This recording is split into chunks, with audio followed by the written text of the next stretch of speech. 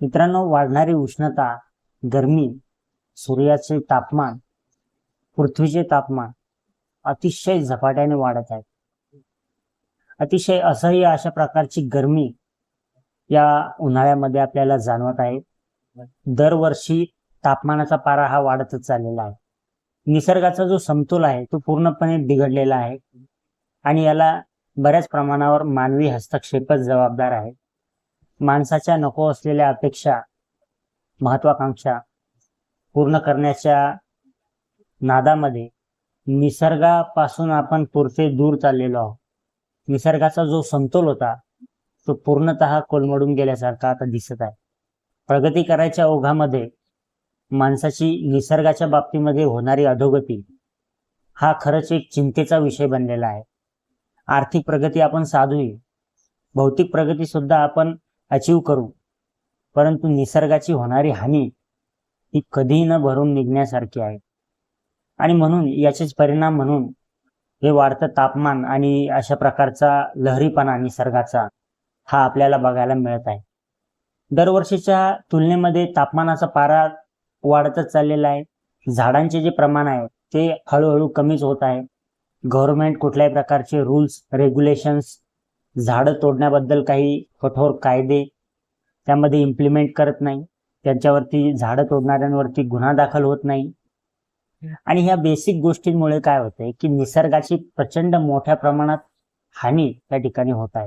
गव्हर्नमेंटचे काही प्रोजेक्ट असले, समृद्धी महामार्गासारखे प्रोजेक्ट असले, रस्त्यांचे काही प्रोजेक्ट असले, काही कंपन्यांचे प्रोजेक्ट असले, त्याला मोठ्या प्रमाणामध्ये जमीन लागत असते आणि सरकारला सुद्धा जी मोकळी जमीन आहे ती अलॉट करून त्याच्यावरची जी झाडं झुडपं आहे ती पहिल्यांदा नष्ट करावी लागतात आणि त्यानंतर कुठल्याही प्रकारचं विकास काम होत असते.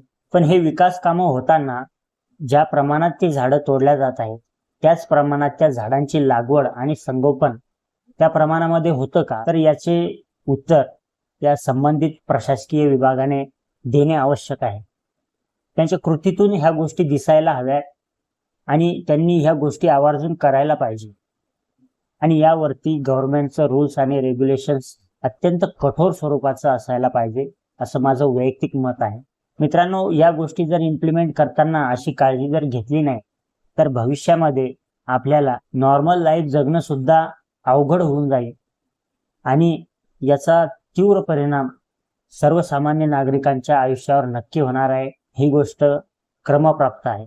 प्रगती करत असताना निसर्गाचा समतोल कुठल्याही प्रकारे ढासळू न देता जर ती प्रगती होत असेल तर खऱ्या अर्थी त्याला प्रगती असे म्हणतात, त्याला विकास असे म्हणतात. परंतु सगळीकडे आपण बघतो की विकास तर होत आहे, प्रगती होत आहे, वेगवेगळ्या गोष्टी येत आहेत, परंतु निसर्गाची त्याच तुलनेमध्ये हानी होताना आपल्याला दिसत आहे. पर्यावरण मंत्रालय ऍक्च्युअलमध्ये ग्राउंडवर कोणत्या पद्धतीचं काम करते, त्यांचे नेमके कुठल्या प्रकारचं काम चालू असतं या संबंधित कुठल्याही प्रकारची न्यूज आपल्याला पाहायला मिळत नाही किंवा त्यांचं कुठल्याही प्रकारचे रूल्स अँड रेग्युलेशन्स आपल्याला बघायला मिळत नाही. कोणी झाडं तोडत असेल तर त्याला अटक करताना आपल्याला पोलीस दिसत नाहीत. सर्रास झाडांची कत्तल सुरू आहे. ज्या वेळेस कायदे कठोर होतील, ज्यावेळेस लोकांवरती कारवाई होईल, झाडं तोडल्याबद्दल, निसर्गाला हानी पोहोचवल्याबद्दल ज्यावेळेस कारवाई होईल त्यावेळेस जनतेच्या मनामध्ये धाक राहील आणि अशा काही गोष्टी गव्हर्नमेंट इम्प्लिमेंट करू शकतं की ज्यांच्या सातबाऱ्यावर झाडं नाही त्यांना गव्हर्नमेंटची कुठलीही स्कीम मिळणार नाही. अशा प्रकारचे रूल्स रेग्युलेशन ते राबवू शकतात ना. तर अशा प्रकारच्या गोष्टी त्यांनी करायला पाहिजे. प्रत्येक कुटुंबाने किमान एक तरी झाड लावावे, ते संगोपन करावे, त्या झाडाचं संगोपन करावे. अशा पद्धतीचे काही रूल्स रेग्युलेशन्स गव्हर्नमेंट आणू शकतं, आणायला हव्यात, असं माझं वैयक्तिक मत आहे. मित्रांनो, झाडं ऊन सहन करून करून किती सहन करणार आहे, किती प्रमाणामध्ये उन्हाचं जे टेम्परेचर आहे ते झाडं सहन करणार आहे. झाडांची सुद्धा एक लिमिट असावी की एवढ्या तापमानापर्यंत झाड उष्णता शोषू शकते किंवा तापमान सहन करू शकते. पण जेव्हा हे तापमानाची जी लिमिट आहे ती सहन करण्याच्या पलीकडे जाईल त्यावेळेस झाडं सुद्धा सुकून जातील, झाडं सुद्धा मरून जातील आणि यामुळे प्रचंड मोठ्या प्रमाणात निसर्गाची हानी होईल. सेल्फ डिस्ट्रक्टिव्ह मोडवर निसर्ग चालला जाईल आणि त्यानंतर ना कुठला विलास चालणार आहे, ना नवीन झाडांची आपण उत्पत्ती करू शकणार आहे आणि ते संगोपन करू शकणार आहे. कुठल्याही प्रकारची गोष्ट आपल्या हातामध्ये नसणार आहे.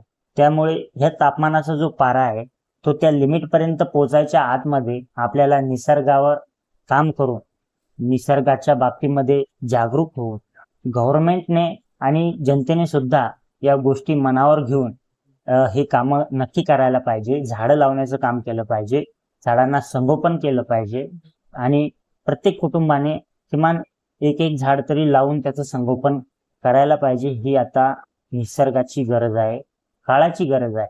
याशिवाय आपण आपल्या पुढच्या पिढीला, येणाऱ्या भविष्यातल्या पिढीला एक सिक्युअर एन्व्हायरमेंट देऊ शकणार नाही. आणि भौतिक सुख तर सगळ्या गोष्टी आपल्याकडे असतील, परंतु निसर्गच जर आपल्याला साथ देणार नसेल तर आपल्या आयुष्याला कुठल्याही प्रकारची किंमत उरत नाही. आपल्याजवळ कितीही पैसा असला, कितीही भांडवल असलं आणि निसर्ग जर साथ देत नसला तर त्याचे कुठल्याही प्रकारचे फायदे मानवी संस्कृतीला नाही येत. आणि या गोष्टीचा सर्वांनी विचार करावा आणि या संबंधित काही ठोस पावलं सरकारने उचलावे अशी माझी इच्छा आहे. मित्रांनो, आपल्याला व्हिडिओ आवडल्यास नक्की लाईक करा, चॅनलला सबस्क्राईब करा आणि आपल्या काही प्रतिक्रिया असतील तर त्या नक्की कमेंटद्वारे कळवा. धन्यवाद.